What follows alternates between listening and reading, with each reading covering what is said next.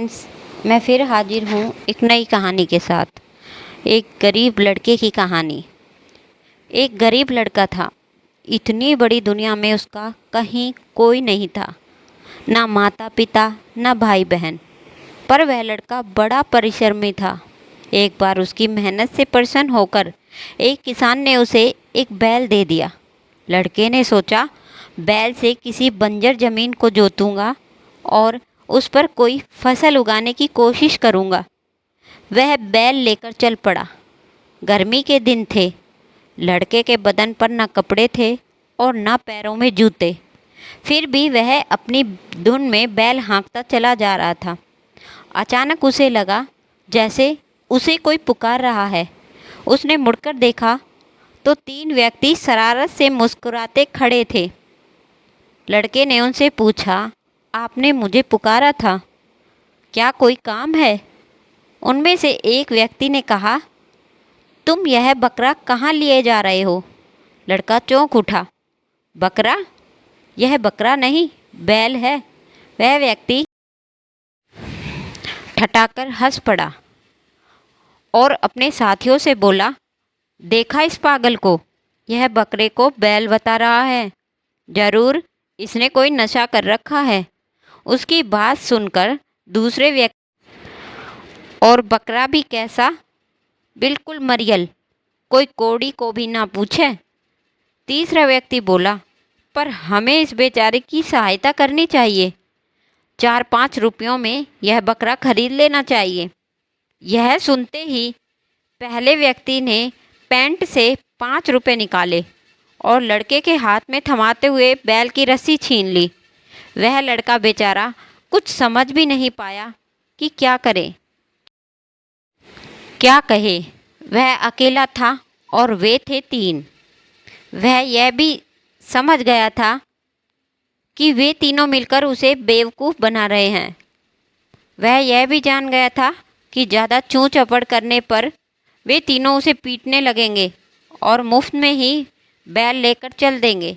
सो उसने उस समय चुपचाप रहना ही उचित समझा। वे तीनों व्यक्ति बैल लेकर चल पड़े। वे अभी थोड़ी ही दूर पहुँचे होंगे कि वह लड़का भागता भागता उनके पास आया। उसने कहा, आप लोग बहुत दयालु हैं।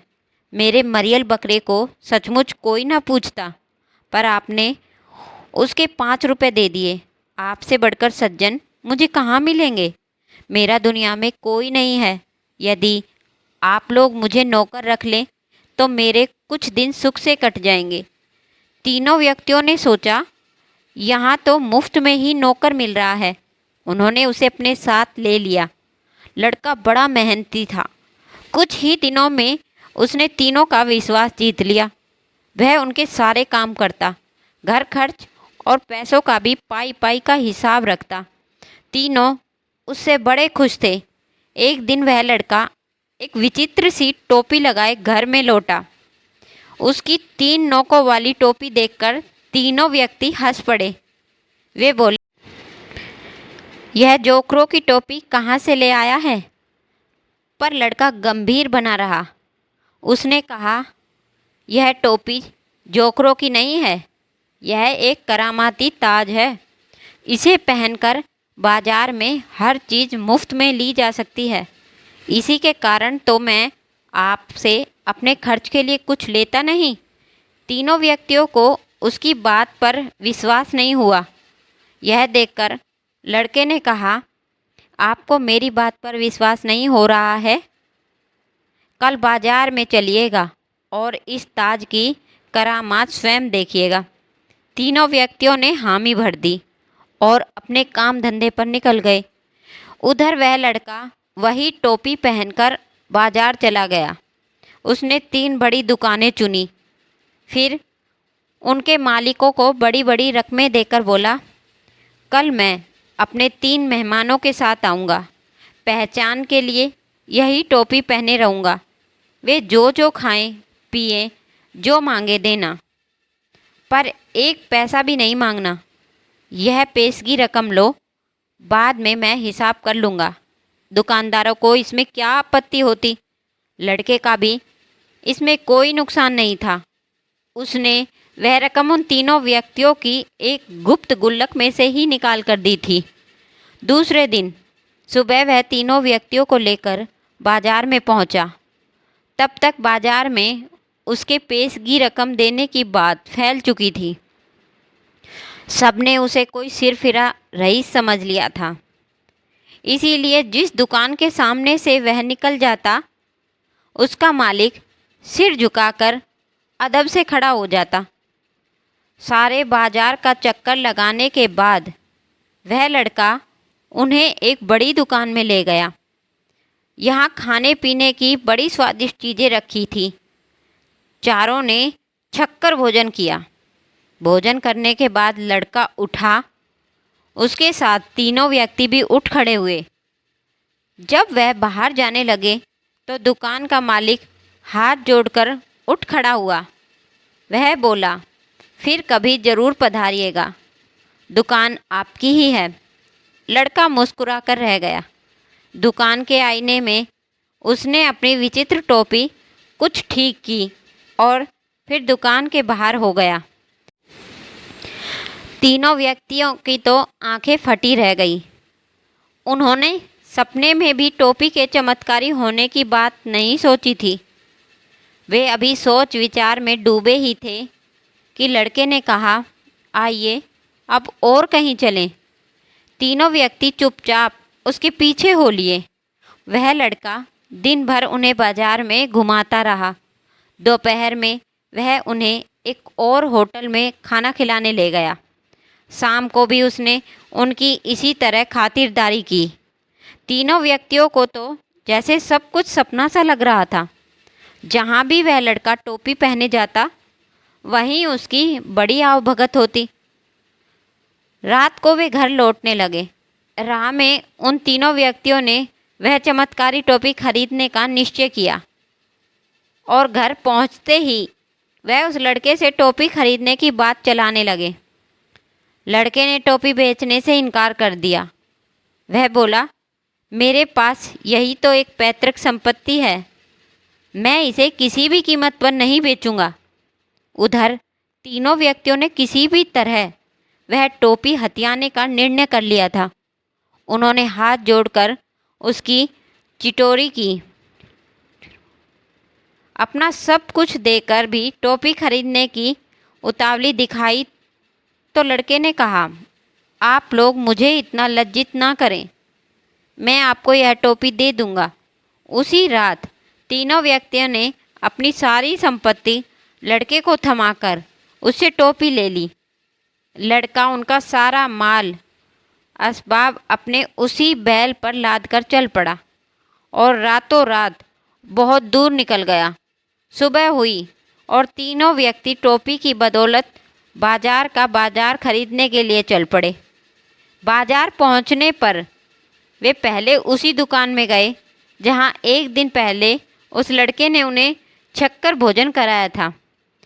टोपी के कारण दुकान का मालिक उन्हें फ़ौरन पहचान गया। उसने उठकर उनकी आवभगत की और स्वयं खाने पीने की चीज़ें ला ला कर उनके सामने रखता गया।